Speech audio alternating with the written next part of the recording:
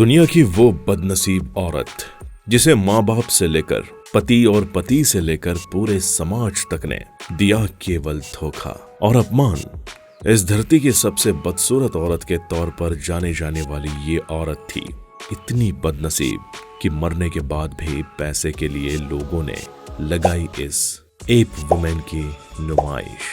लगभग 150 सालों तक मरने के बाद भी कफन के लिए मोहताज रही एप वुमेन जूलिया पास्ट्राना की जिंदगी कैसे बनी इतनी दर्दनाक और क्या हुआ था उनके साथ, आइए जानते हैं। साल 1834 जब जूलिया पास्ट्राना नाम की लड़की का मैक्सिको में जन्म होता है। जन्म के समय से ही जूलिया का चेहरा काफी हद तक बाहर निकला हुआ था और जूलिया को जन्म से ही 2 गंभीर बीमारी थी। एक हाइपरट्रिकोसिस लोंगिनुस नाम की बीमारी थी जिसकी वजह से उनका पूरा शरीर और चेहरा बालों से ढका हुआ रहता था।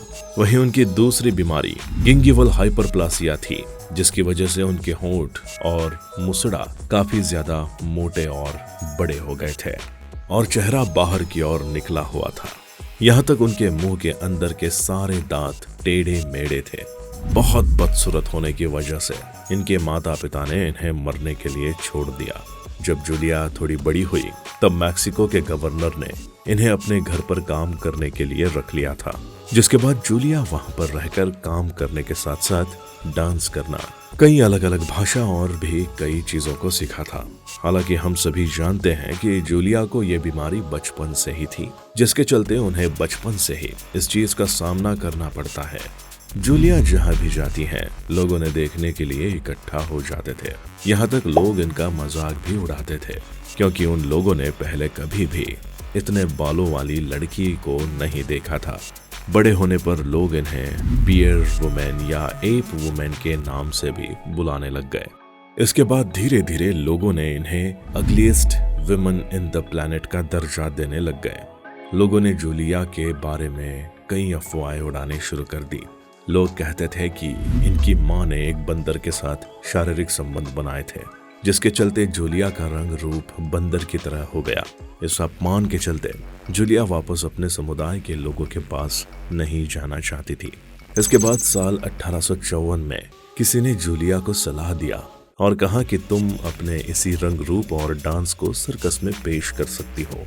जिसके बाद जूलिया ने एक अमेरिकन सर्कस को ज्वाइन किया और उसी साल 1854 में अमेरिकन सर्कस के म्यूजियम हॉल में जूलिया को पेश किया गया, जहां उनको देखने के लिए लोगों की बड़ी संख्या उमड़ी थी, जहां उन्हें एप वुमेन के नाम से परिचित कराया गया था।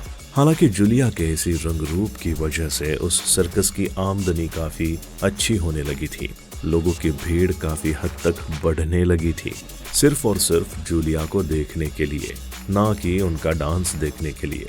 दरअसल ये वो समय था जब सर्कस में जानवरों को नहीं बल्कि अजीब अजीब तरह के रंग रूप वाले लोगों को सर्कस में रखा जाता था और उन्हें लोगों के सामने पेश किया जाता था।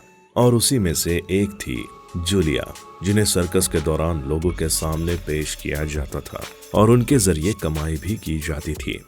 इसी सर्कस के दौरान जूलिया को अमेरिकन सर्कस के मालिक थियोडोर लेंट ने अपने प्यार के झांसे में फंसा लिया, क्योंकि थियोडोर लेंट काफी लालची किस्म का इंसान था और उस समय लोग जूलिया को देखने के लिए काफी महंगी महंगी टिकट को भी खरीद रहे थे।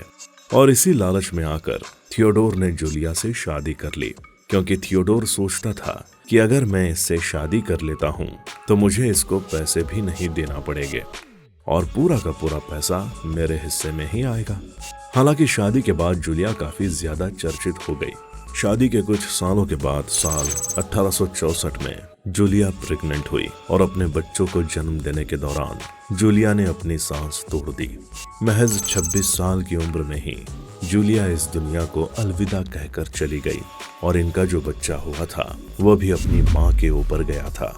वैसा ही रंग रूप और वैसे ही पूरे शरीर और चेहरे पर बाल थे।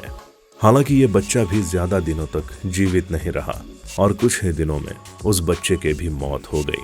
जैसा कि हम सभी जानते हैं कि मरने के बाद लोगों को जलाया जाता है या फिर दफनाया जाता है, लेकिन जूलिया के साथ ऐसा बिल्कुल भी नहीं हुआ, क्योंकि जूलिया का पति थियोडोर इतना गिरा हुआ इंसान था कि उसने अपनी पत्नी और बच्चे की बॉडी को दफनाने के बजाय उन दोनों की बॉडी के ऊपर कई प्रकार के केमिकल लेपों को लगवाकर बॉडी को मम्मी की तरह प्रोटेक्ट किया और बाद में इसे लंदन लेकर चले जाते हैं, जहां पर जूलिया और उसके बच्चे की बॉडी को एक कांच के डब्बे में रखकर लोगों के सामने पेश करते थे, जिससे उन्हें अच्छी कमाई हुआ करती थी।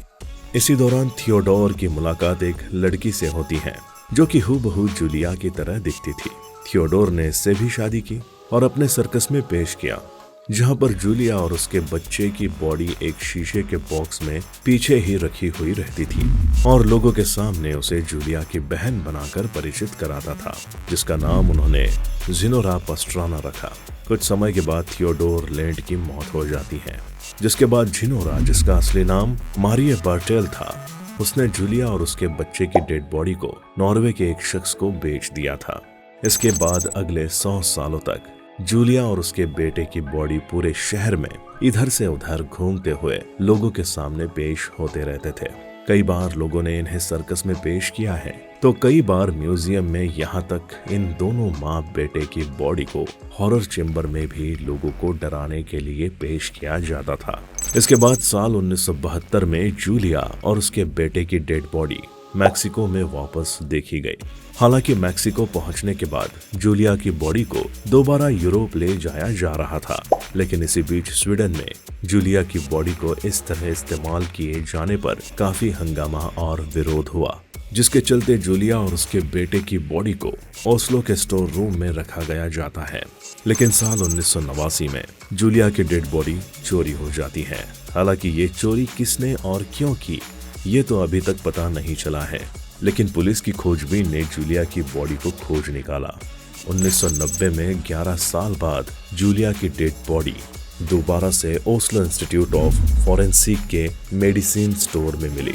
कई सालों के बाद साल 2005 में मैक्सिको के visual artist Laura Anderson Barbata और former governor of Sinaloa Mario Lopez Valdez ने साथ मिलकर जूलिया और उसके बेटे की बॉडी को वापस लाकर 8 सालों की मेहनत के बाद फरवरी साल 2013 में जूलिया का अंतिम संस्कार किया जाता है। जूलिया की इसी कहानी पर the I of the beholder book भी लिखी गई है। साथ ही इनकी इस कहानी के ऊपर कई मूवी भी बनाई जा चुकी है। लेकिन दोस्तों, जूलिया के साथ हुए इस बर्ताव के बारे में आपकी क्या राय है, हमें कमेंट सेक्शन में जरूर बताएं और वीडियो शेयर कर हमारे चैनल को सब्सक्राइब करें। मिलते हैं अगली ऐसे ही एक और वीडियो के साथ, तब तक के लिए इजाजत दीजिए।